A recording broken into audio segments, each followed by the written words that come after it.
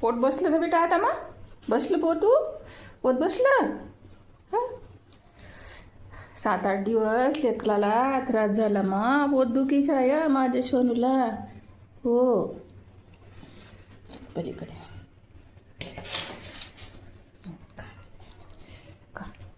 मग नको जेवण कोण खात नाही तुझं जेवण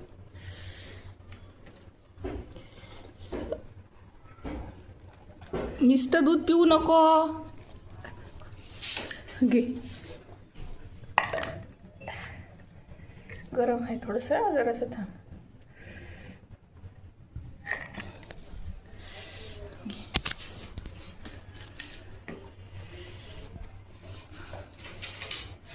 पळू नको जेवण कर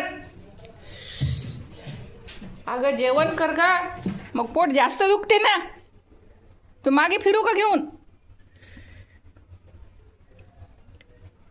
जेवण नाही केलं तर घे दूध पी दूध पी यातलं पी दूध पी